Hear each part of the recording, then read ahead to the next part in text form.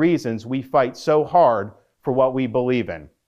Winston Churchill once remarked that success is not final, failure is not fatal, it is the courage to continue that counts.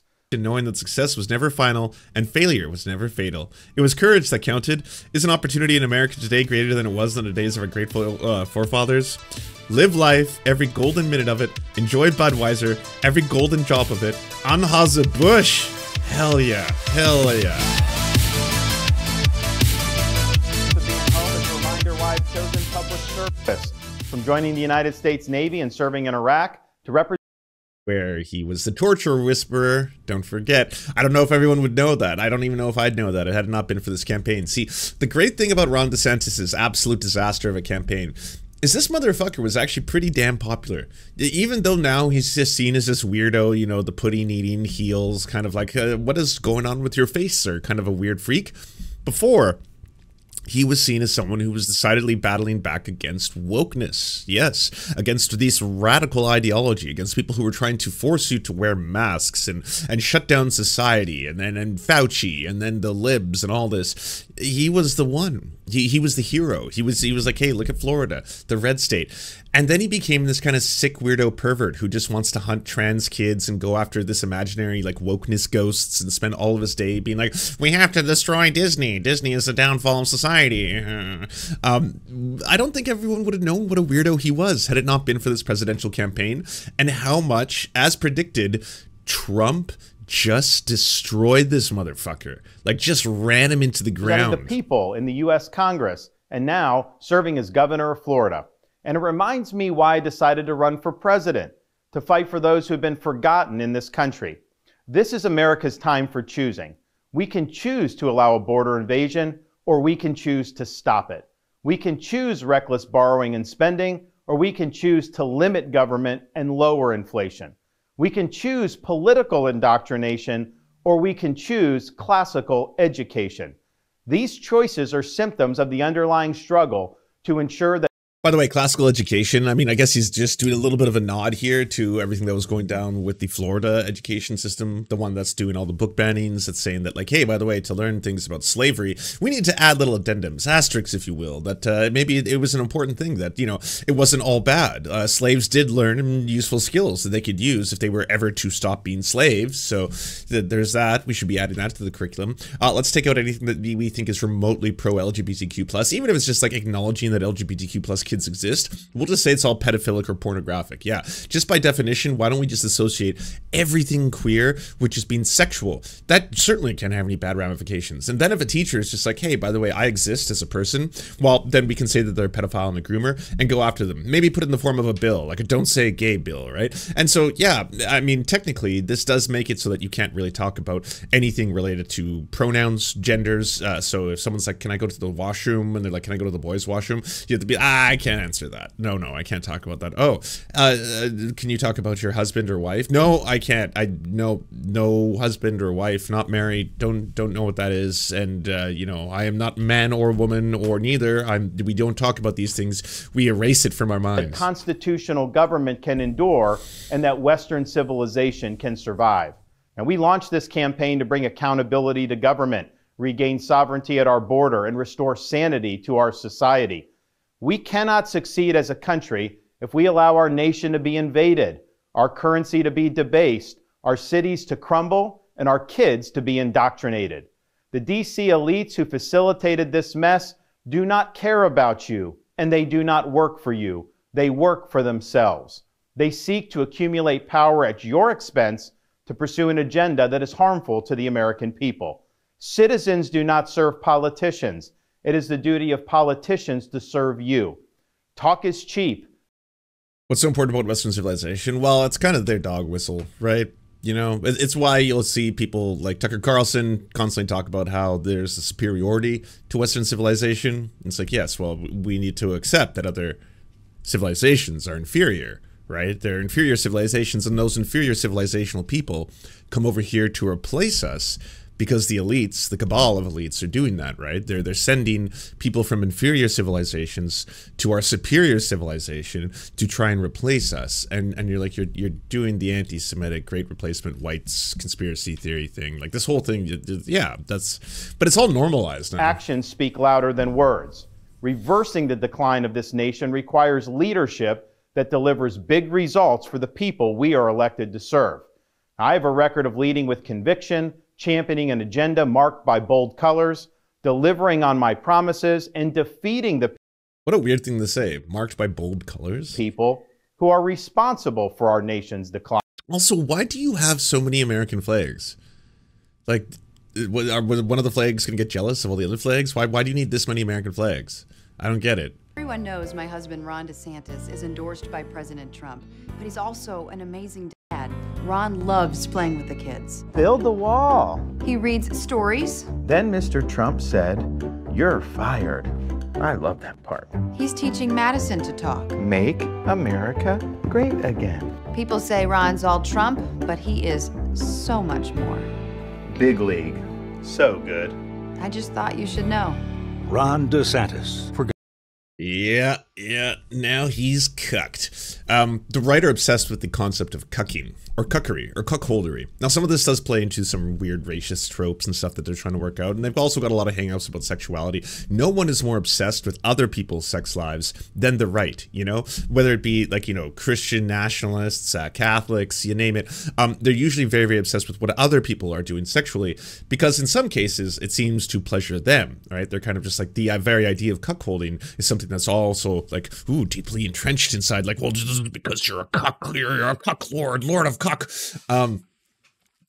If you consensually want to have a relationship with another person, and then you in that relationship want to involve yourselves in cuckoldry, well, then you do you. I mean, if it's consensual between all parties, there's absolutely nothing wrong with cucking, cuckolding, or the very act itself. But they are obsessed with people basically witnessing or watching other people have sex with their partners, or wanting people to have sex with their partners, or the very idea of it. And so the concept of cucking is very, very prominent amongst the right, and it's one of their favorite insults as well. When someone is behaving in a way they don't like, they call them a cuck, which is strange because, like, by definition, after the primaries, everyone has to kind of fall in line, and they do it in such a sad way. You know, you'll see the Ted Cruz of it all, where all of a sudden it's like, Donald Trump goes so hard, right? Like, none of these motherfuckers can survive in a battle of mean. Like, no one comes like, he is the queen of mean, Donald Trump, right? It's just like, you know, the cruelest of all of them.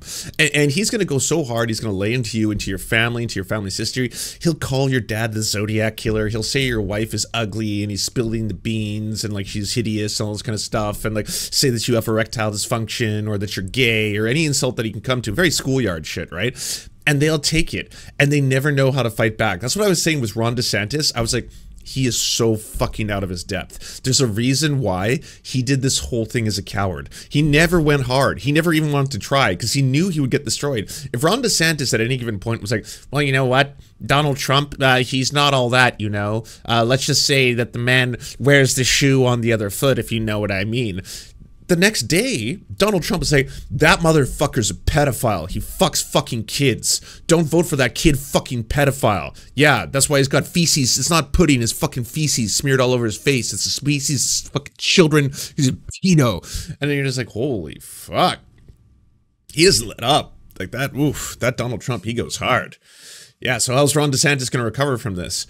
Well, he may be uncouth, use a couple of loaded terms here and there, but I just want my record to stand on its own. You can look towards the things that I've done, and then you can see comparatively why I'm better. Like, this shit was never gonna work, and don't get me wrong, it has been beautiful. I'm here to celebrate what an absolute disaster, a disaster of a campaign Ron DeSantis was. Expensive disaster too.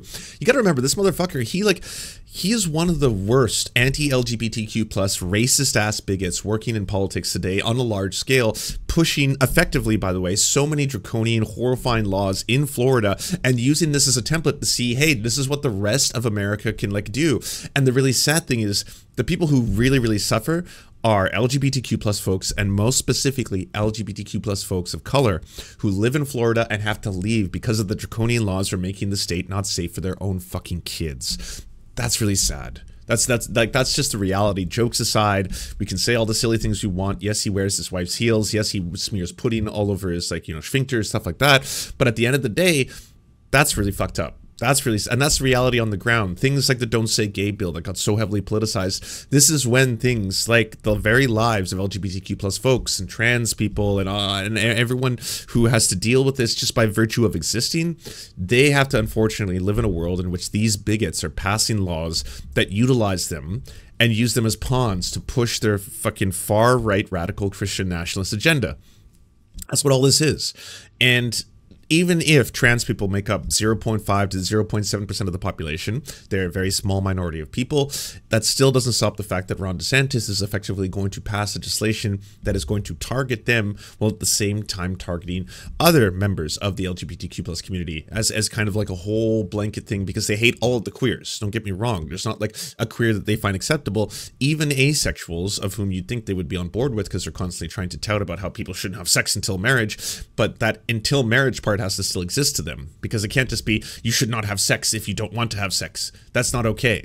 That's seen as a perversion as well. That's seen as abhorrent. That's seen as different. That's seen as like, oh no, that's not okay. It's not okay for you to not want to have sex. Why isn't that perfectly normal and valid? Some people can just never want to have sex in their lives. That's also normal. Even if it's not the majority of people, the majority of people do enjoy sexual pleasure, but if people don't, who gives a fuck? Let's leave them alone, because they don't want to have anything to do with anyone else in terms of, like, you know, sexual activity.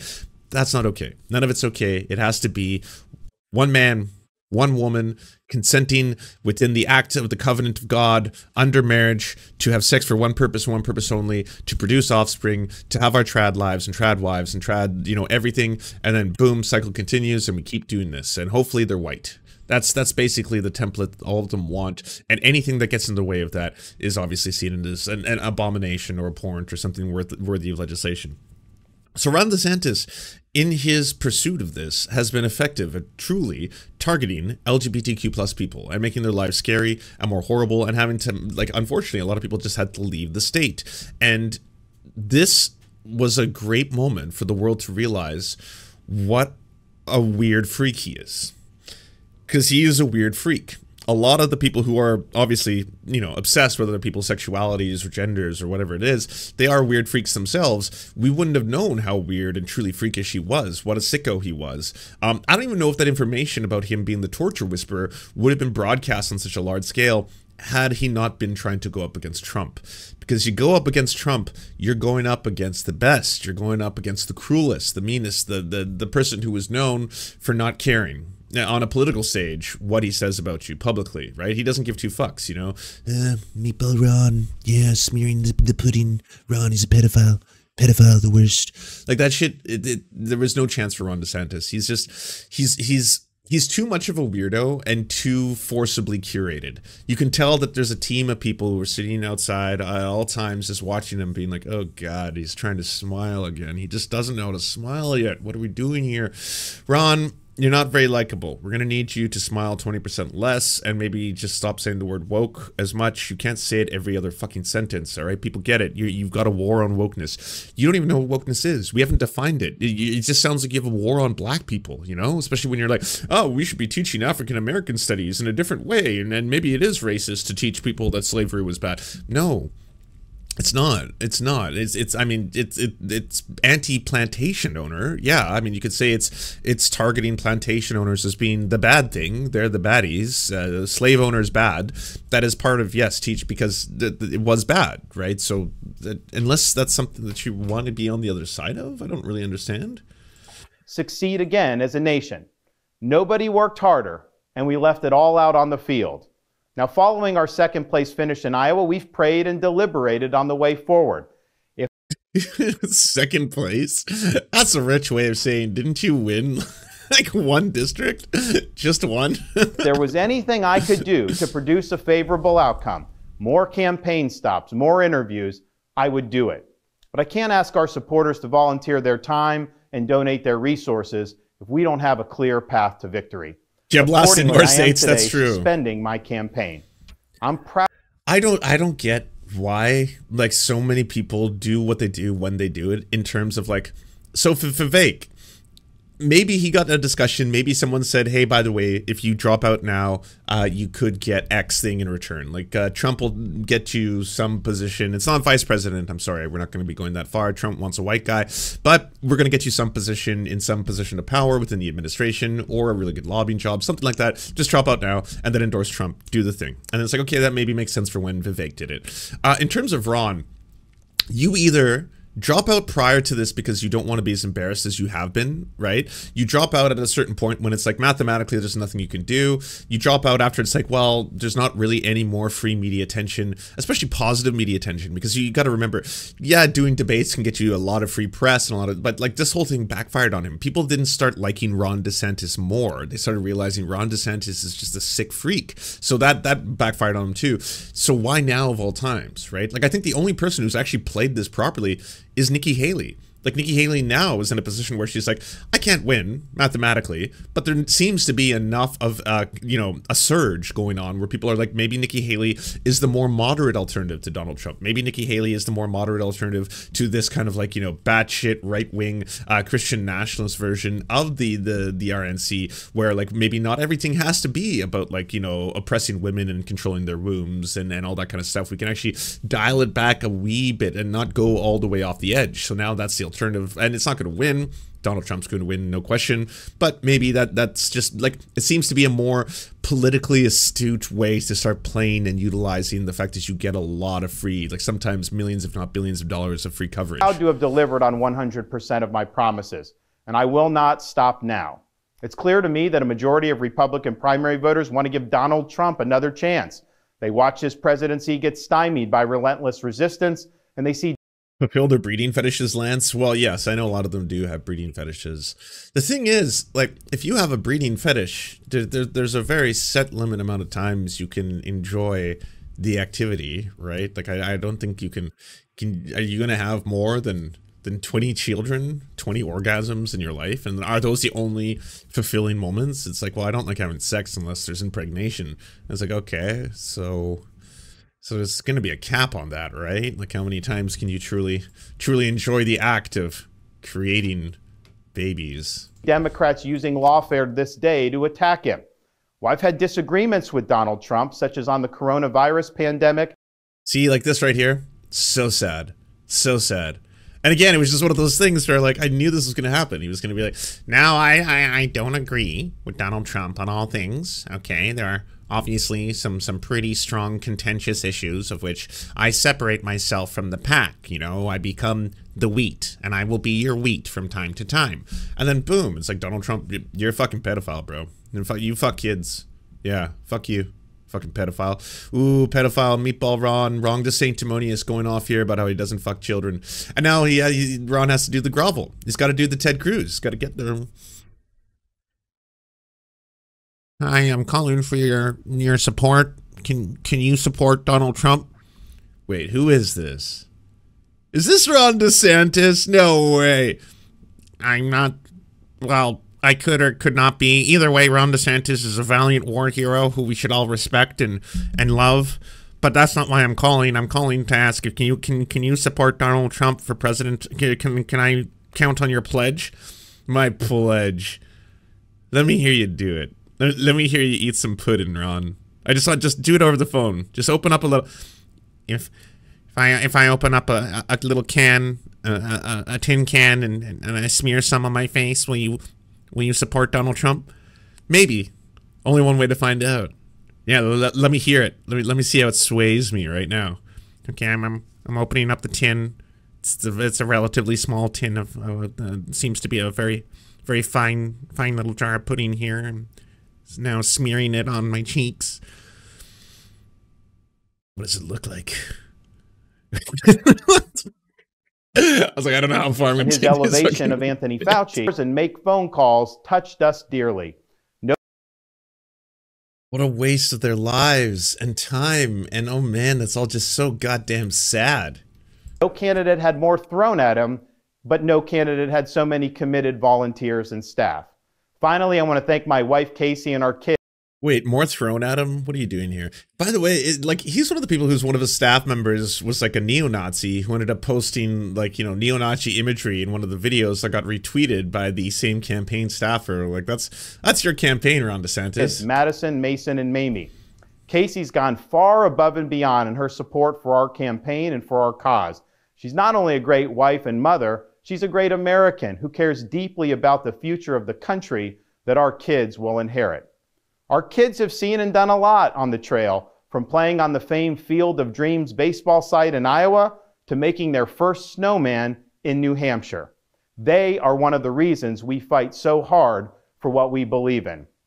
Winston Churchill once remarked that success is not final, failure is not fatal, it is the courage to continue that counts. While this campaign has ended, the mission continues. Success is not final. Failure is not fatal. It is the courage. Continues. Down here in Florida, we will continue to show the country how to lead. Thank you and God bless. Greetings. From the International Churchill Society. Unfortunately, Mr. Smith, we regret to advise you this is a double misquote. Not only did Churchill never say those words, he never said any similar words more usually attributed to him, which are, success is not final, failure is not fatal, it is the courage to continue that counts. We base this on careful research in the canon of 50 million words by and about Churchill, including all of his books, articles, speeches, and papers. Churchill did say, no one can guarantee success in war, but only deserve it. And he did say, success always demands a greater effort. While neither of those exemplify Ron DeSantis. At this tier, where you're actually going up against Donald Trump, and then you're going to get millions and millions of dollars, you have a large team of staffers in multiple different states working on your image at all times. You have people who sit down and talk to you about the way that you walk, the way that you talk, the way that you interact with human beings just on the campaign trail on a regular basis. And who's ever, like, was in charge of that really let things go. As in, like, you know what? Let's just let Ron handle this. He's got this. And in all honesty, no, he doesn't. You can tell when people have been given certain kinds of discussion to try and formulate a different kind of image. Like, all of a sudden, Hillary Clinton coming out of nowhere and being like, by the way, y'all, I loves my hot sauce, you know? Let me ask you a question. What's your favorite hot sauce to throw onto your waffles? Like, and you're like, whoa, Hillary, that's not you. I know that's not you. Is this because of the whole, like, the fact that you thought that black teenagers were super predators and you needed to bring them to heel, and now you're trying to appeal to certain demographics by code switching? It really seems like something's up here.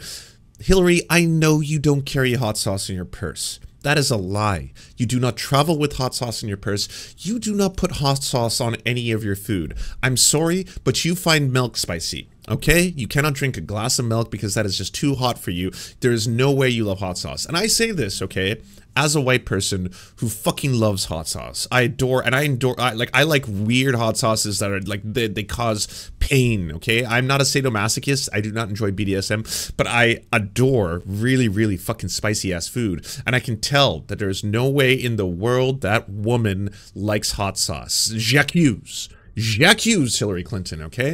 And that's not the only example. There's other examples. Pokemon go to the polls. She doesn't know what any part of that, like, means. Obviously, no one really went up to the polls for her. They were just like, warmongering Hill Clinton. Nah, I don't want the Hill dog. But also, Pokemon go to the polls. What is going on here? That is a team of people who are trying to curate an image, facilitate an image, you know? Short Meatball Rhonda video. Yes, you can give me your Meatball Remember, Ron videos. Ron, you are normal. You are not weird. You are 5'11". Your suit is soft, and your shoes are grown-up big boy shoes. That's it.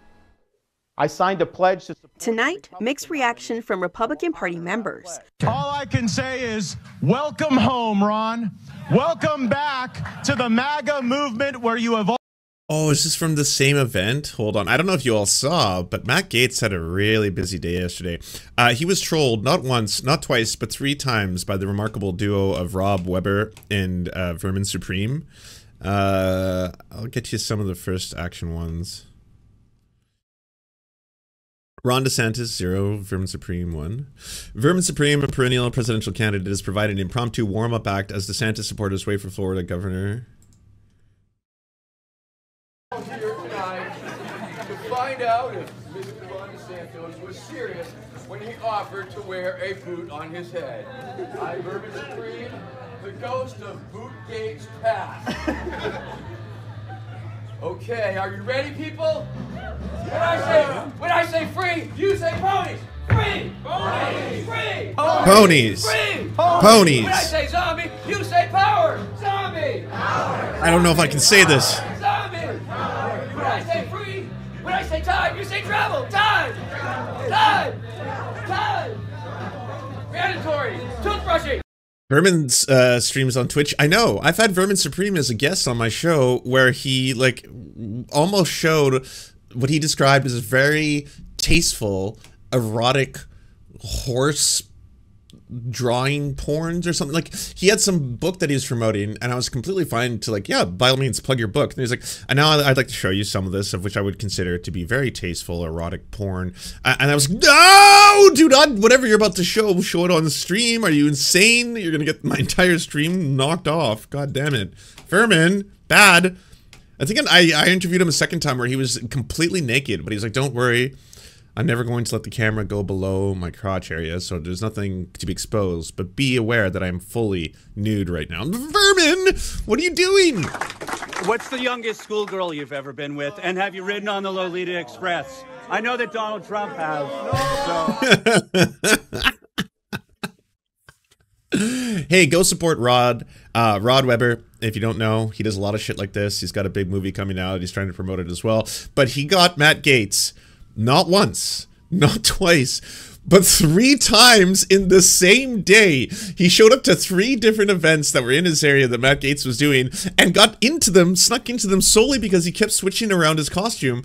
You'll notice, if you add a little bit of flair, right? Like, let's show some of that, you know, the MAGA Trump stuff, this Make America Great Again toque, then they switched to a Make America Great Again hat, Veterans for Trump, whatever it was, whatever you put on, that was enough for him to get front and center and then start talking to Matt Gaetz about being a pedophile. Express. I know that Donald Trump has, so, I mean, right?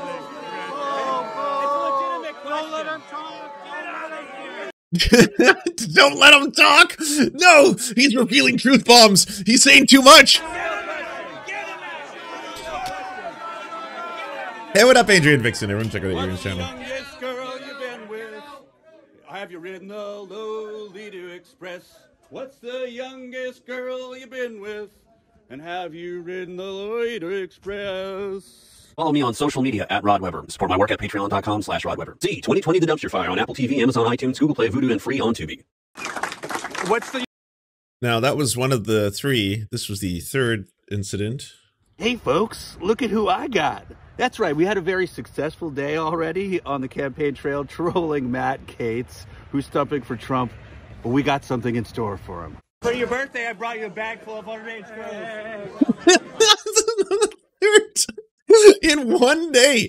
I gotta say, like, a lot of different people at one point or another, they successfully trolled Matt Gaetz, and they've obviously got a lot of, like, you know, questions. You know, there's the one, Walter Masterson, for example, he did the whole, like, you know, interviewing him, like, why do you fuck kids and stuff like that. But the same person 3 times in one day, that's like, at a certain point, you'd think, like, his staff or something would start to recognize him. And like, isn't that the guy earlier who was asking me if I fuck kids? It's just a bag of underage girls. It's just, It's just a bag of underage girls. Yeah, Michael Picard as well. If you inflate them, it's much sexier. Much sexier this way. Where's my bag? My bag. My bag. My bag. Go. Enjoy yourself. Enjoy it. You brought... Pope Papa says MAGA, Trump 2024, Canada for Trump, Biden and Kamala are both out of touch. Speaking of Trump, if you're a big fan of his, did you see that apparently he appears a lot in the Epstein flight logs? Or are you amongst the MAGA crew that just doesn't give a fuck, right? Because I know there's some people who are like, you know what makes MAGA so fucking powerful is we know that Donald Trump is a super pedophile and we don't care, haha. As if that somehow gives you like the Chad meme, you know, like you get to be like, and it's like, well, then, so y'all are just fine with pedos and pedophile enablers and all that kind of stuff then. The bag of underage girls.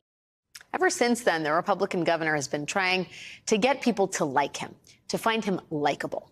And while he has not yet announced his White House bid, Mr. DeSantis has already made a few more shit posting visits to early we got to campaign shit post our way states into freedom in a sort of choreographed attempt at being likable. According to the New York Times, DeSantis and his team had internal conversations. I told you. Acknowledging I knew the this need happened. for him to engage in the basics of political courtship.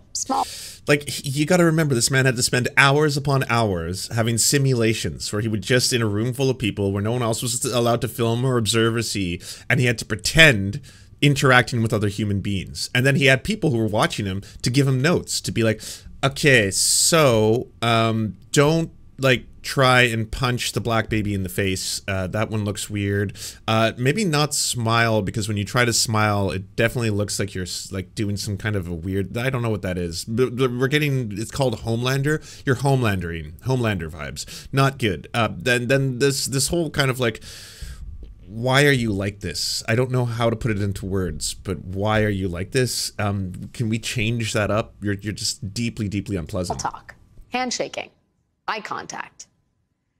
And it certainly seems like the governor is trying. Here he is laughing or something. Like, yeah, what is that?